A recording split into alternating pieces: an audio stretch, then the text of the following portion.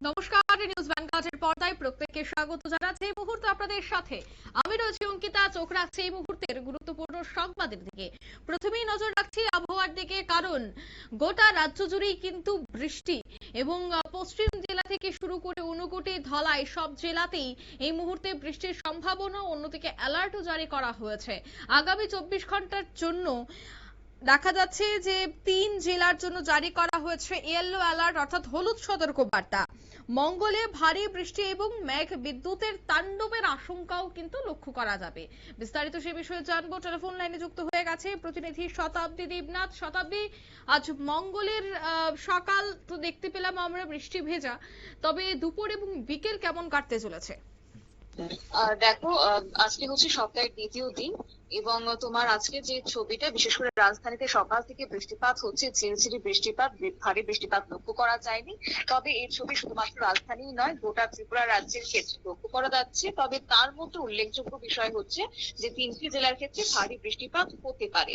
এমনিতে ত্রিপুরার জলবায়ু হচ্ছে প্রধানত উষ্ণ এবং আর্দ্র উপক্রান্তীয় প্রকৃতির, তাই দক্ষিণ পশ্চিম মৌসুমী বায়ুর প্রভাবে কিন্তু এখানে প্রচুর পরিমাণে বৃষ্টিপাত হওয়ার কথা, যার বার্ষিক গড় হচ্ছে 2200 মিলিমিটার।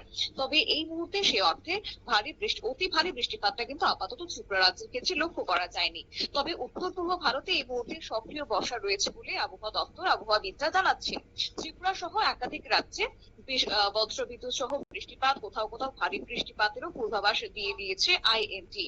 এছাড়া আগরতলার আঞ্চলিক আবহাওয়া কেন্দ্রের সর্বশেষ বুলেটিন অনুযায়ী আগামী 24 ঘন্টার ক্ষেত্রে ত্রিপুরাতে সাধারণত আকাশ মেঘাচ্ছন্ন থাকবে। অধিকাংশ এলাকাতে হালকা থেকে মাঝারি বৃষ্টি অথবা বজ্র বিদ্যুৎ সহ বৃষ্টিপাতের সম্ভাবনা রয়েছে। এবং বজ্র বিদ্যুতের জন্য, এছাড়া ভারী বৃষ্টিপাতের জন্য আজকে 3 জেলায় সতর্কবাণী রয়েছে, ইয়েলো অ্যালার্ট রয়েছে সিপাহীজলা, গোমতী, দক্ষিণ ত্রিপুরার ক্ষেত্রে। 1 বা 2 জায়গায় 7 থেকে 11 সেন্টিমিটার পর্যন্ত ভারী বৃষ্টিপাত হওয়ার সম্ভাবনা রয়েছে। পাশাপাশি রাজ্যের অন্যান্য জেলাতেও তোমার দমকা হাওয়া সহ বৃষ্টিপাতের সম্ভাবনা রয়েছে, তবে তা মাঝারি বৃষ্টিপাতের মধ্যে থাকবে বলে খবর। তাই নিচু এলাকা এবং নদী নালা সংলগ্ন অঞ্চলের যারা বাসিন্দারা রয়েছেন, অবশ্যই তাদেরকে পরামর্শ দিচ্ছে সতর্ক থাকার। আর তাপমাত্রার কথা যদি বলি, সর্বোচ্চ তাপমাত্রা 34 ডিগ্রি সেলসিয়াস থাকবে এবং সর্বনিম্ন তাপমাত্রা থাকার কথা রয়েছে 26 ডিগ্রির আশেপাশে। তবে অবশ্যই আর্দ্রতার পরিমাণটা অত্যন্ত পরিমাণে বেশি থাকবে, আর যার কারণে এই বৃষ্টিও স্বস্তি দেবে না। তবে অন্যদিকে সোমবার শহরের সর্বোচ্চ তাপমাত্রা ছিল 31.5 ডিগ্রি সেলসিয়াস, আর সর্বনিম্ন ছিল 25.8 ডিগ্রি সেলসিয়াসের ঘরে। সর্বোচ্চ আর্দ্রতার পরিমাণ 96%, যার ফলে বৃষ্টির মধ্যে এই ভ্যাপসা অনুভূতি পরিলক্ষিত হবে। আর আগামী 7 দিনের জন্য পূর্বাভাস, যে 7 থেকে 13 জুলাই পর্যন্ত ত্রিপুরার সব জেলাতেই অনেক জায়গায় হালকা থেকে মাঝারি বৃষ্টি, বজ্র বিদ্যুৎ সহ বৃষ্টির সম্ভাবনা রয়েছে। বলতে পারি যে সপ্তাহ জুড়ে বর্ষার সক্রিয় প্রভাব বজায় থাকবে। এছাড়া যেমনটা বলছিলাম, উত্তর পূর্ব রাজ্যগুলির ক্ষেত্রে আসাম, মেঘালয় এবং অরুণাচল প্রদেশ, নাগাল্যান্ড, মণিপুর, মিজোরাম এবং ত্রিপুরায় কয়েকদিনের জন্য আগামী কয়েকদিন বর্ষা সক্রিয় থাকবে। অধিকাংশ জায়গার ক্ষেত্রে বৃষ্টিপাতটা লক্ষ্য করা যেতে পারে অত্যন্ত ভারী পরিমাণে।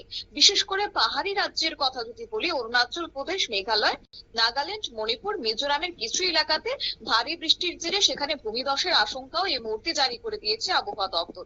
অন্যদিকে আসাম আর ত্রিপুরার ক্ষেত্রে বিভিন্ন নদ নদীর জলস্তর বাড়তে পারে বলে সতর্ক দেওয়া হচ্ছে, সতর্কবার্তা রয়েছে। তাই বিশেষজ্ঞদের পরামর্শ হচ্ছে আপাতত কয়েকটা দিন অবশ্যই সতর্ক থাকতে হবে। এছাড়া প্রশাসনের প্রত্যেকটা ক্ষেত্রে নজরদারি তো অবশ্যই রয়েছে। তবে হ্যাঁ, বলাই বাহুল্য যে বজ্রপাতের জন্য আমাদের ত্রিপুরা রাজ্যের জন্য কিন্তু অত্যন্ত ভারী সতর্কবার্তা দিয়েছে আইএমডি। অঙ্কিতা, একদমই ধন্যবাদ।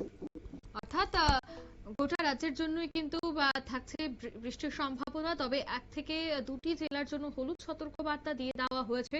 মঙ্গলের যে গোটা দিন, বিকেল এবং রাত বৃষ্টির মধ্য দিয়ে কাটবে, সেই ইঙ্গিতই কিন্তু হাওয়া অফিসের পক্ষ থেকে পাওয়া গেছে। নিয়ে নিচ্ছি ছোট্ট একটি বিজ্ঞাপন বিরতি, সঙ্গে থাকুন।